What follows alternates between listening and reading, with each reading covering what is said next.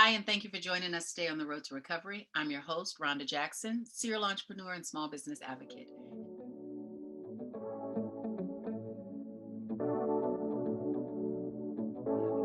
And joining me today is Roland Crane, a peer advisory leader. All right. When I say leader, ladies and gentlemen, I'm talking all you emerging and established entrepreneurs that have the role of guiding your companies into a future. Roland is our expert today. Thank you for joining us, Roland. Thank you for having me. I really appreciate it, Rhonda.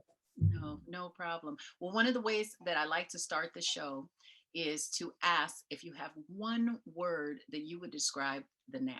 What would your word be? Yeah, acceleration. Okay, say a little more. Accelerate. Why did you pick that word?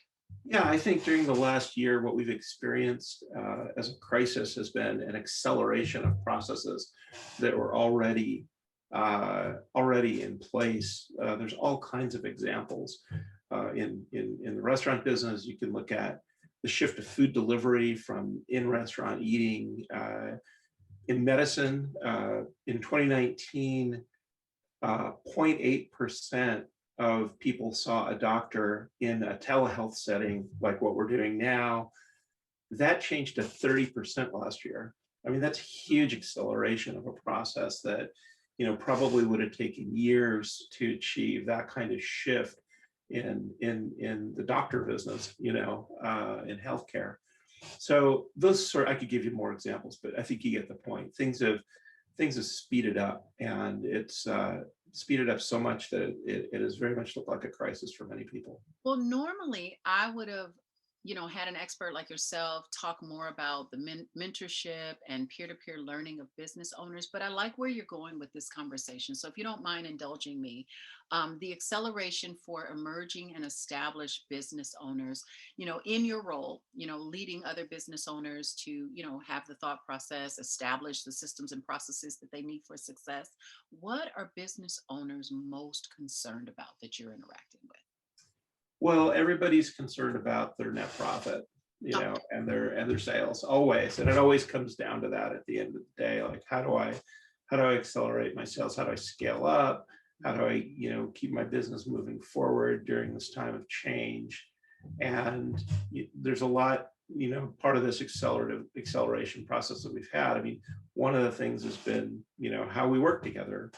The fact that you and I are having this conversation over Zoom probably, you know, wouldn't have happened, a year and a half ago or whatever it might be. So it's real estate, the huge reduction that we've seen in the use of commercial real estate, and how permanent is that going to be? How Right. people can recruit now all over the country. My groups, my peer advisory groups, have members all over the country.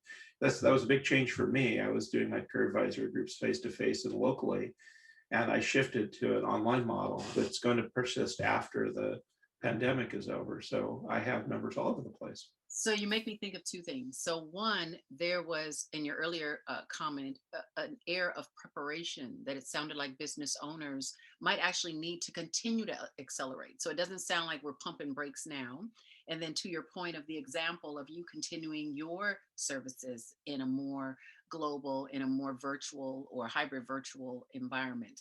Can you talk a little bit about how businesses would, if they haven't already gotten up to 20 or 30 miles an hour, what how they prepare, how do they propel themselves forward from this point? Well, it really depends, on the business, of course. And so, like, I have a friend who had a business that was focused on in-office massage, kind of like what you see at the airport, the chair massage. And, as you might imagine, along with health clubs and movie theaters, it just, died during the pandemic. So those are tough cases. Um, but what it's also evidence of is that as people are doing more work from home, those therapies will shift. In this particular example, it'll be dispersed out to the home. And that's part of what's going on. Telehealth is part of that. Food delivery is part of that. Netflix is part of that. You know, Services and products are being moved from being accessed in a centralized point to decentralized at people, largely in people's houses. And so that's, I think every business has to think about that and think about how their business can move with that particular, trend that's happening here. Yeah, I like that you touched on, you said the magic word, the trends, looking at the external and the internal forces that cause that push and pull in our business. It seems like there's still, would you call it more pushing or more pulling? Like, how do we balance that as business owners? Right. Pushing and pulling. Yeah. So is Right. it more the external impact, or is it the sound best business practice for, a business leader to charge ahead? Yeah, well, I think the pandemic has pulled people in this direction. Yeah, and business leaders need to push internally within their organization for the change needed to make that happen. So yes, there's both a push and a pull to it. Yeah, sometimes we're just given. I mean, a big thing that I say in my groups are, all we can do is make decisions. People, circumstances change around us. We can't control that. People do crazy things around us. We can't change that. Sometimes people don't show up for work, or customers do things you don't want them to do, or they have a need. We can't change that. All we can do is make decisions. And that's where, that's where this happens, is in the decision-making process, looking at the trend that's happening in your industry and saying, how can I change my business to get ahead of that curve and be one of the winners in my market, whatever market you're operating in, whether it's local or global, it doesn't really matter. Right. I have a question then. What you made me think of is, what's the danger of standing still? So, for the business owner that thinks, oh, I made it, the past 12 months, XYZ way, and I'm just going to keep doing this. Tell us about a danger of not observing those trends and just standing still. Well, the world doesn't stand still, so we're No, going to but get. as a business owner, I Yeah. got it set. I don't need to change anything. We're still using pen and paper. We don't need computers. Bah humbug cell phones. Like what's a danger of in this climate? What's a danger hypothetically of standing still? Danger is that our competitors aren't standing still, and that our customers aren't standing still, and our employees aren't standing still, and they're making demands that we need to meet, and we need to evolve and change to meet. Employees increasingly want that freedom to work from home, depending on what kind of work you're doing. But a lot of, obviously there's some things where you can't work from home if you work in a manufacturing environment or something like that. It's not really an option. But if you're a knowledge worker or an office worker or whatever it might be, that is very much an option today. And so the danger of standing still would be, in this case, let's say I had a business with, I don't know, 20 or 30 employees in an office setting. If I just keep my lease and have people, ask my employees to keep coming in, a number of bad things could happen. There might be people who say, well, I can get a virtual job over at this other company and I'd rather stay working from home. And then I'm going to be saddled with higher real estate costs, whereas my competitor is reducing their real estate footprint, reducing their costs, being able to possibly reduce their price, recruit, key people.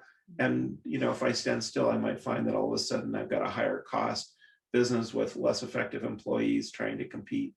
So that's the kind of thing that can happen.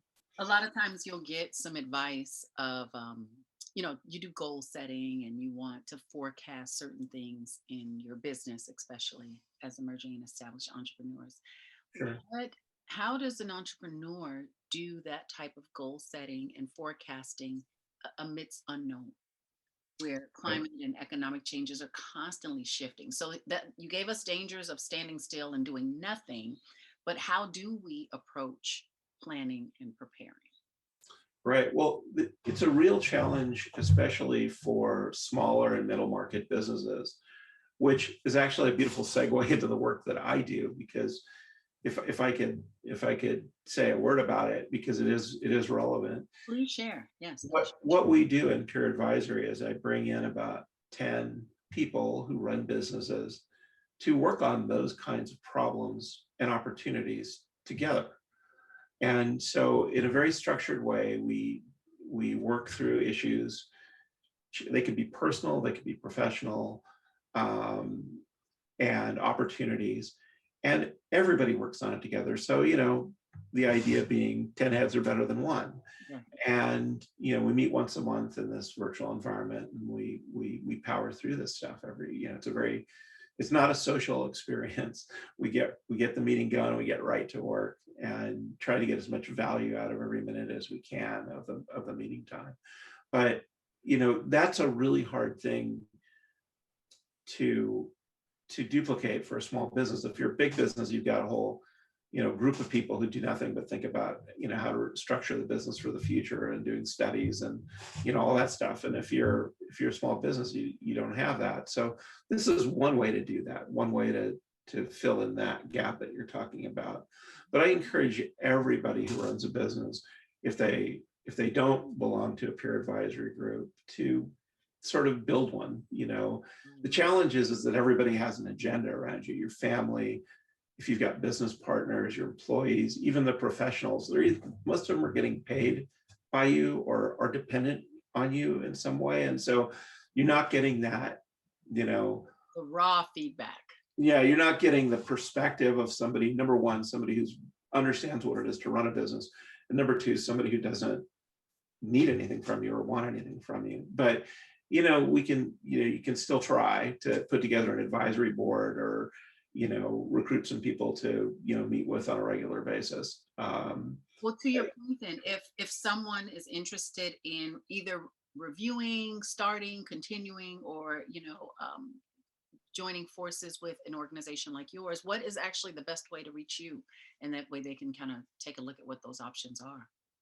Yeah, I'm on LinkedIn, and email is great. I'm happy to, I talk to people all the time about peer advisory, and I'm really selective about who comes into my groups. But I'm always happy to help people if I think they need a coach. Coaching is another way Okay. to achieve that. And then sometimes some industries have, specific industry groups that are designed to help people with that. But that's pretty rare, but it does exist out there a little bit.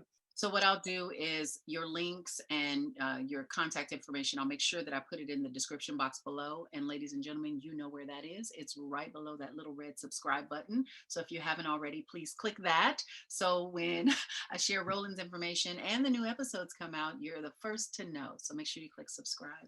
But well, I also like making these conversations actionable, Roland.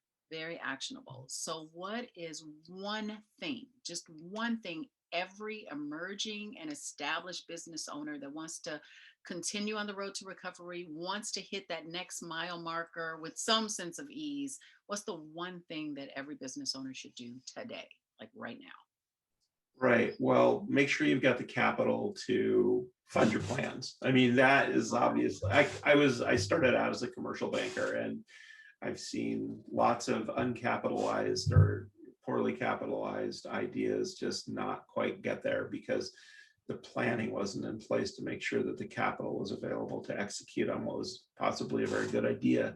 So to me, really spend some time around making sure you've got the capital available. And that can be really hard, but that's really important for business owners. No, well, thank you so much. Very insightful. Advisory groups, mentorship, coaching, all of those deposits, which we as business owners, I think a lot of times we skip over. We look to, bottom